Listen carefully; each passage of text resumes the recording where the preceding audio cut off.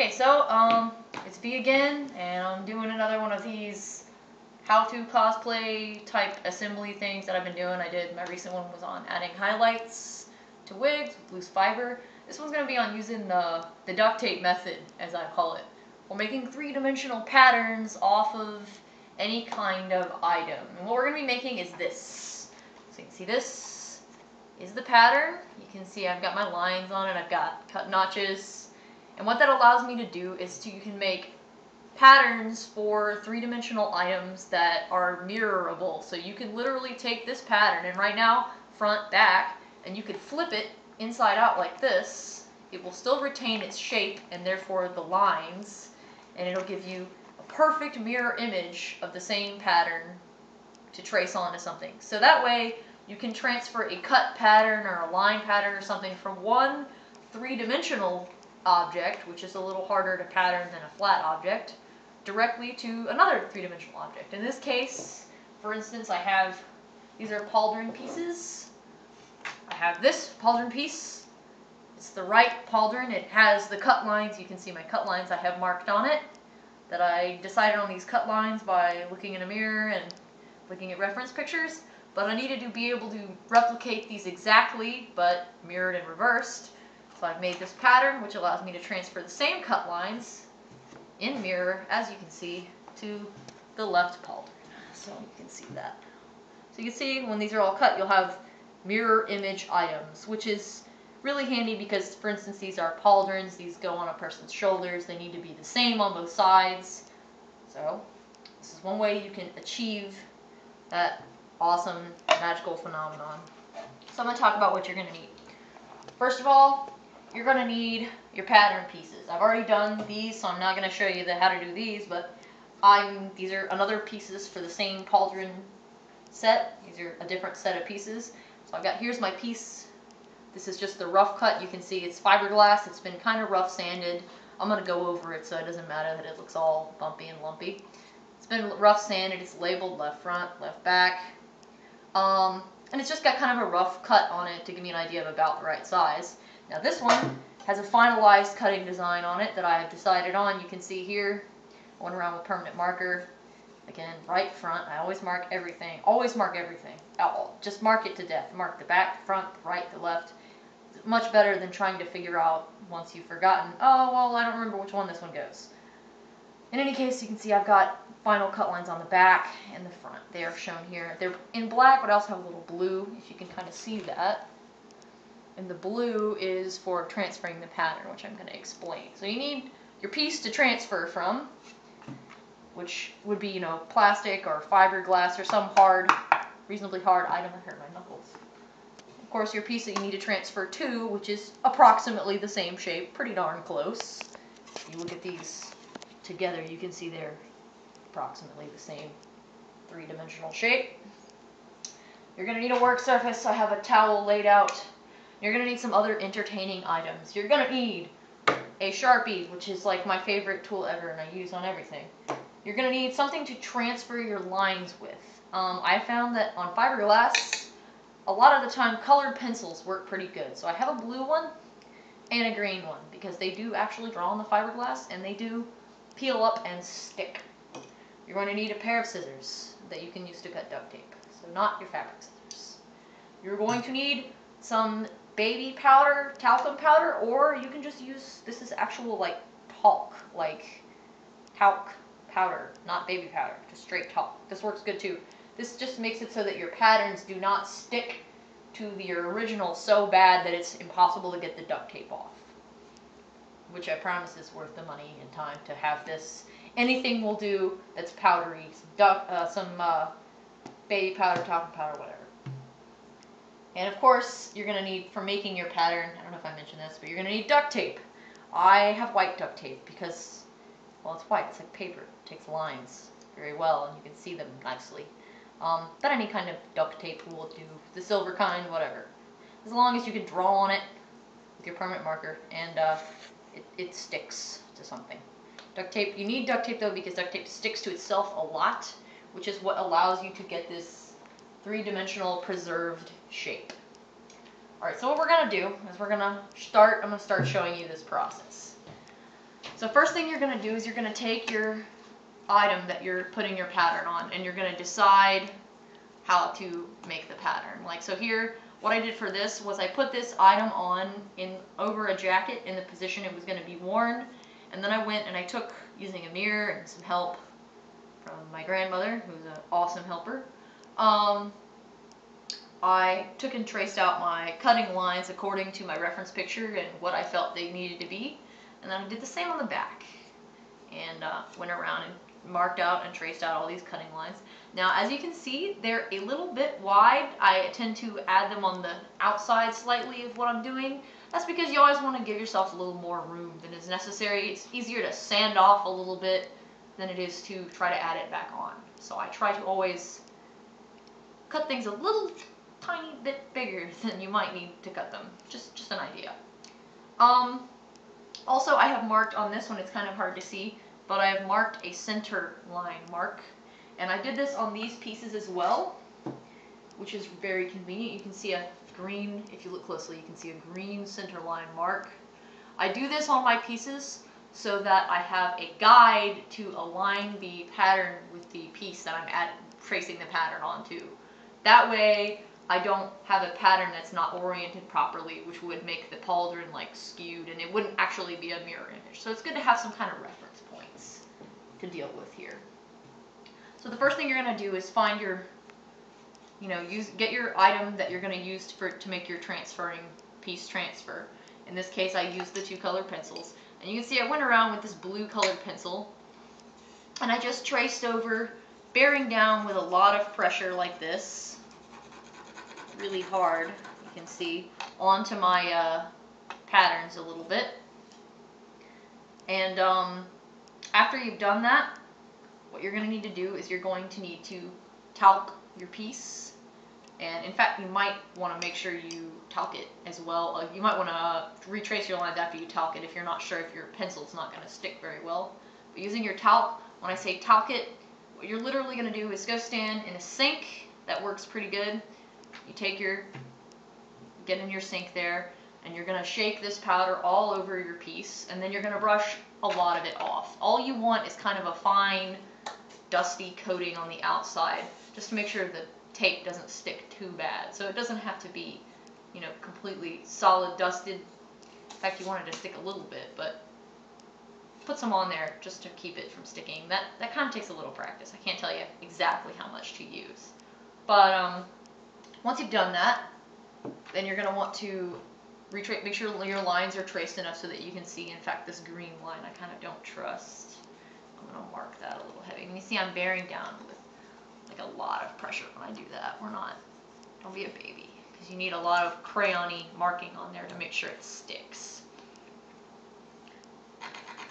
So you can see I'm going through and making sure there's no little holidays in my line. Everything's filled in. I can see everywhere. Because what's going to happen is the tape that you're using is actually the sticky on the tape will actually pick up this line, this blue line that I've traced onto here. You won't pick up the permanent marker because permanent marker dries until it almost like disappears. But it will pick up this because this has like a wax, kind of a waxy base to it, and it will not actually, it just sticks on it, but it doesn't imprint into it. So that's why we're going to do that. And if you're not sure your pencil is going to work, one thing you can do is you can do a little test. And you take a piece and you mark. You can see I did this one. I did a little test on it. You take and you mark on your item, and then just put a little piece of tape on it, rub it on there, and pull it off. And if you've got a mark on the back of your tape, well, you know it'll work. If you don't, try something different. Though it does seem that Crayola colored pencils or any kind of colored pencils work pretty good to me, on fiberglass at least. So we've done that. We're going to trace through that. We've talked our piece. I put talcum powder on this piece already.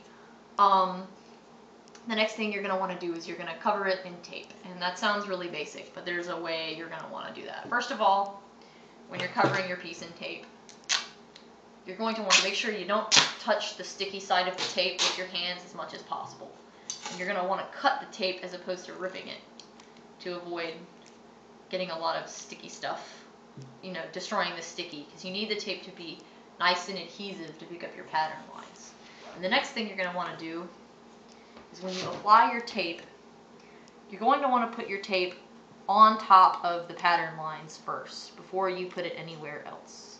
So for instance here, I'm putting one just right smack on top of those blue pattern lines, and I'm sticking it down, and really press down good with your fingers, because what you want to make sure is that that blue line sticks and will be peeled off onto the back of that piece of tape. And you can either wrap these edges around or cut them off. I'm going to cut them off as much as possible because it's easier to remove it than it is to cut them off, because if they get too stuck on the back, it gets hard to remove your pattern when it's done. So kind of cut a little bit. So I started there, and now what I'm going to do is I'm going to work my way around the piece with the tape, making sure, as I said, to touch all the pattern lines first. So you can see, long strip of tape goes over, as you can see, going over the pattern line first, not over any other part of it. I'm worried about the pattern line. Stick it down really good. Just press it in there good with your hands. I'll leave that loose for now. So you can see I covered that pattern line on that side. I'm going to do this next pattern line.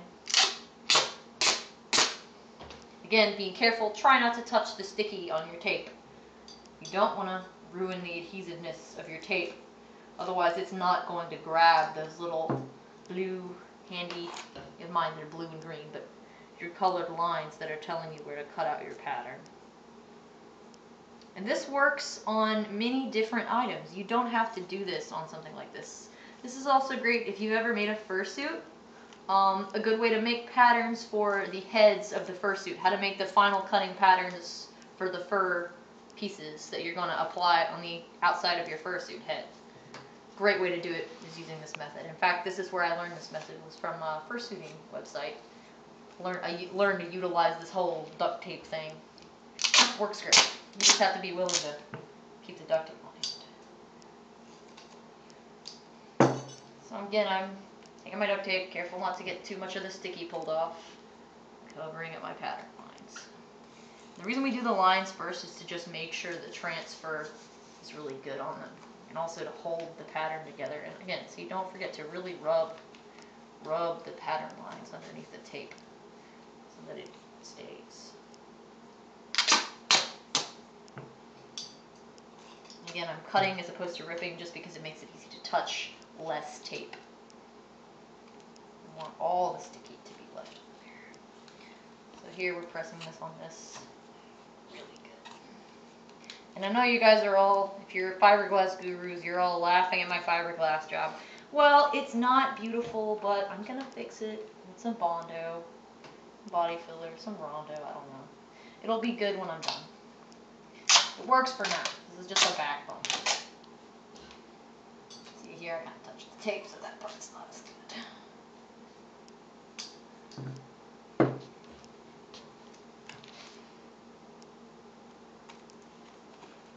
Okay, so all of our tape lines pretty much are covered. I need to put one on top of this piece of green, the green line though. Make sure you get any of your marker lines that you have done, like any side, any marking lines that tell you where the top center, for instance, the green line is a top center marker, just reminding me which side is the top. One thing you're going to make sure you need to do is don't forget to label the front and the back side of your pieces always, especially if it's not obvious which side is the front and the back. I've actually written on there front. I'm going to write on here back just in case. You can see I label the pieces themselves, but you should also definitely make sure you label with your pencil too. I broke it. That will happen. Make sure you label with your grease type pencil. You could probably use a grease pencil to do this too. If you have grease pencil laying around, maybe you're big into carpentry. Alright, the next part, you've got all your lines covered. Now what you need to do is you need to make sure your pattern is one solid piece. So what you're going to do for that is you're going to need to basically use a bunch of strips of tape. And you're going to need to cover your pattern in such a way that it's nice and sturdy. It's not going to fall apart anytime now. So what I'm going to do is use overlapping strips like this. And I'm also going to take a little break with the camera because you're not going to want to watch me do this. It's going to take me 15 minutes or so. So we're going to take a break, guys.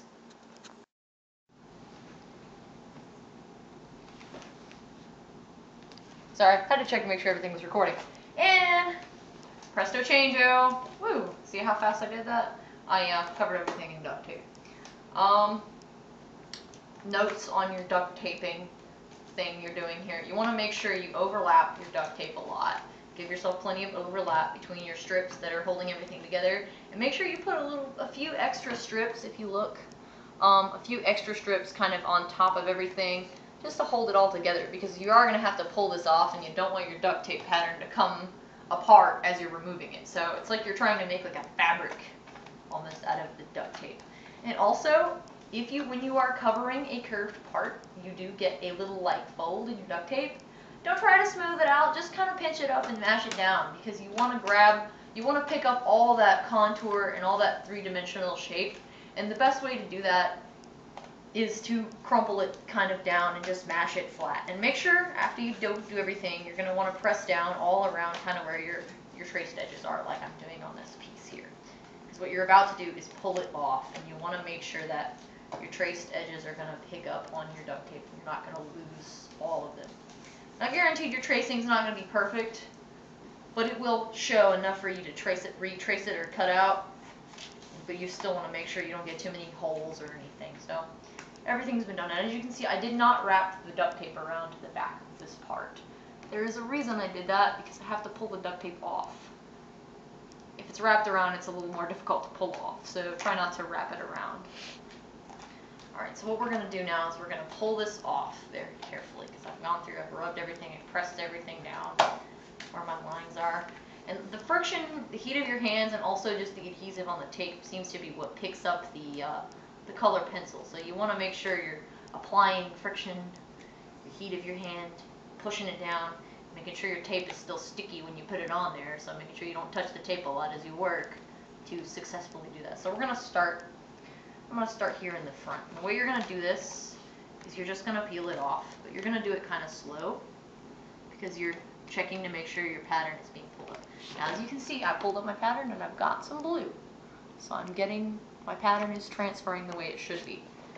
So we're just going to keep peeling our piece here. I'm peeling it off slowly but surely. And as you do this, you want to make sure you do this in such a way that you do not get your pattern stuck to itself. So be careful. So as you can see, I'm being very careful to hold my pattern so that it's not at all sticking to itself. Be very careful about that.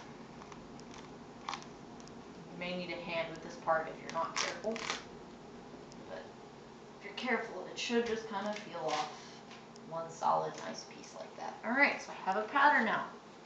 Alright, now this pattern is still sticky. So do not fold it yet or do anything crazy. You can see I have some lines that I can see. I have my center line stuck on there. I have some blue. Probably should have traced over a little harder in some spots, but I can see it, so it's good enough. So now what we're going to do is I'm going to go over to the sink and I'm going to show you how to use your talcum powder to take the sticky off. So we're going to stop for a second. So we've come over here to our sink, which is where I'm going to do this because it's messy. I've got talcum powder already in the sink actually from doing this earlier. First thing you're going to do, notice I'm making sure my pattern has not gotten stuck to itself. It's still in the nice, correct 3D shape. So you're going to open your talcum powder and you're just going to blast it with talcum powder. Make sure you use plenty. Kind of shake it on there real good all over where it's the sticky parts of the pattern. All over. And then I like to take my hand, and this is fun, and beat it. Makes a mess, but it gets all the sticky covered so you don't have any sticky. The reason why you take your talcum powder and you cover your pattern like this is because what this does is this makes the pattern not sticky on the back anymore. So you can put it on things and lay it on things and you don't You don't stick it to stuff, and you won't stick it to itself. And it smells good too. And also, yes, she's right. Talcum powder smells delicious. So we're gonna like do this really good. And it's making a mess. I'm sure there's like a fog in the camera lens right now. But it's good, you know. Just do it in the sink so you don't dust the whole world, you know. I like to do it in the sink. That to me is the easiest spot for it. I got people choking now. So you need to kind of slap it like this to get any excess powder off. So now, run your hand over it real good. See how powdery my hands are? Run your hand over it real good. Make sure you have gotten all the sticky covered and you don't feel any stickiness left on your pattern. That's number one thing of import. 2, I don't care. It's not going to hurt me. Make sure you get the excess powder off as much as possible, either by slapping it around like this or doing whatever. Only because you're going to want to be able to draw on this, and the more talcum powder is on, loose talcum powder is on the pattern, the more difficult it's going to be to draw on it with a pen line. Alright, so the next thing that we're going to want to be doing is we're going to need to make sure our lines are going to stay on our pattern. So here's our pattern. We've dusted it. It's not sticky anymore. And you can still see there's nice little faint lines of blue and green on there. Now on mine, I already have marked the front and the back of the pattern, which is the smart thing to do. To make sure that you don't get the front and the back confused and stuff. Always keep your front, back, left, right, straight on all patterns. Just write it on there a million times for all I care. So you're going to take your Sharpie, and you're just going to trace your pattern out. Now what I'm going to do is I'm going to go and I'm going to trace all these blue lines just kind of lightly with a Sharpie. This doesn't have to be perfect because you're going to cut this out. I always like to do mine kind of on the outside of the edges, only because I like to have plenty of extra line and goof up space. So you're just going to trace a whole line there nicely all the way around. Sometimes you're going to have to kind of guesstimate and do the best you can, because this method you will not necessarily get a perfect transfer, but it will be enough to show you what to do. And the better you want your transfer to me, I will say this, the more crayon type stuff I would, the more color pencil or grease pencil I would advise you to use. I would say actually, if you're really worried about it, you might want to just go all out and just buy a grease pencil from a hardware store or something. That's really going to be the best bet if you really want to go all out. So I have my whole pattern now. It's traced out, front, back. I'm going to go ahead and transfer that. So I'm going to write, this one is my back, this one is the front. And I have a center line here, so I'm going to mark my center line with a little dotted line like this. That way I know it's not a cut line. So it gives me an idea of how to line this up on my piece. Now what we're going to do is we're going to cut it out with our scissors. And just, I like to also cut a little bit outside of where you quote need to cut. Because again, that little extra ½ millimeter of cutting line is going to be good. It's going to be your friend in the end. You're going to be glad you did that. Because you can always cut a little more off or sand a little more off or whatever. But just like in anything, it's way harder to put it back on. So, cut. You want to use cheap scissors because duct tape is really rough on good scissors. So don't use your fabric scissors for this, please. Use your scissors that you use for cutting various like plastic packaging open and stuff. And one little note about this is, like I said, these patterns are capable of being mirrored. That's one of the big pluses about them, is they can be mirrored and give you an opposite side or an opposite effect, which to me is the important part about them. So this is really one of the big kind of good things about these. One of the reasons I like them. And another thing, you can do these on yourself. These are excellent for making form-fitting yet hard. Read hard as in like fiberglass or whatever, items. For instance, if you're making, I don't know, like, say you're making like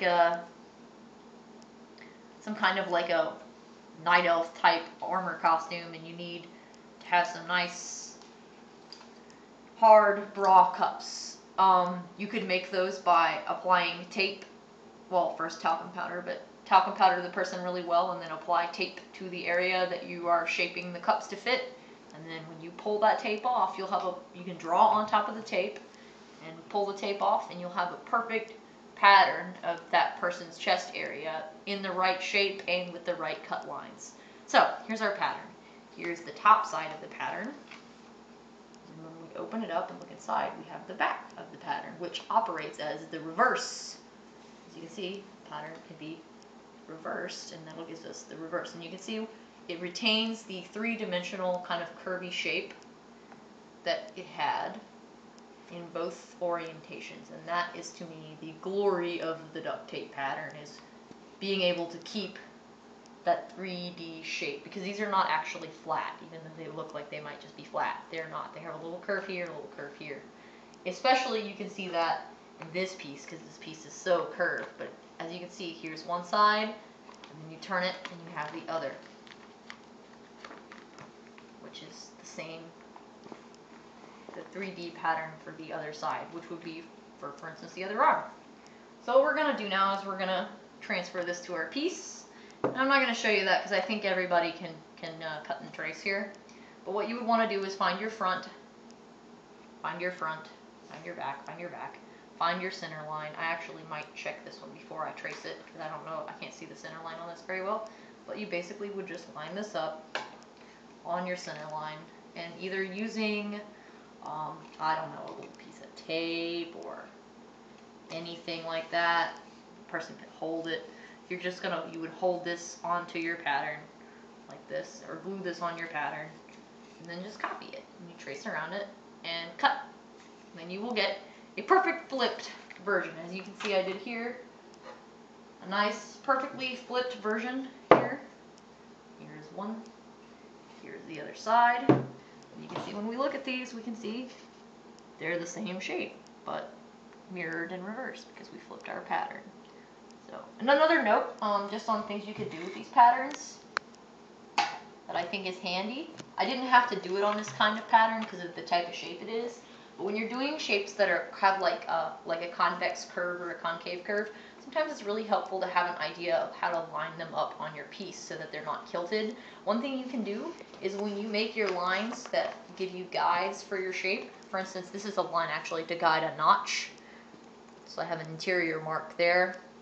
And then here you can see I have a center line that I have that also helps me line these kind of pieces up. When you do these pieces, you can cut little notches. You can see right there, kind of. There's a little notch. You can see my finger. Here, let's give you something better to look at. There you go. You can see the notch because there's a green pencil behind it. You can do little notches, little holes, little pins. You can cut notches into the edge. Just be careful, make small ones. Like that also as well, to help you get an idea of exactly where the center lines should sit. Because the notches, unlike lines, will be visible on either side of the pattern. And also you can take a pin and draw through that and give yourself an idea of like, okay, that needs to be there. Well, that's going to conclude our little how-to cosplay thing on how to do three-dimensional patterns for any kind of hard item or armor piece, whatever you're doing, you can do it with this. Like I say, it's great for fursuit heads too, or fursuit parts of all different kinds. Anything you need to lay over foam or has a dimension to it and that's not a piece of fabric, it's great for this. So guys, I'll catch you later. Make sure you check back on my earlier video and check out my video on doing highlights, linked below in the description, on a cosplay wig. And my next video I'm going to be doing probably is going to be how to take a weft of hair and finish off a part in a cosplay wig to make it look realistic instead of the way they come from the factory. Alright guys, happy cosplay!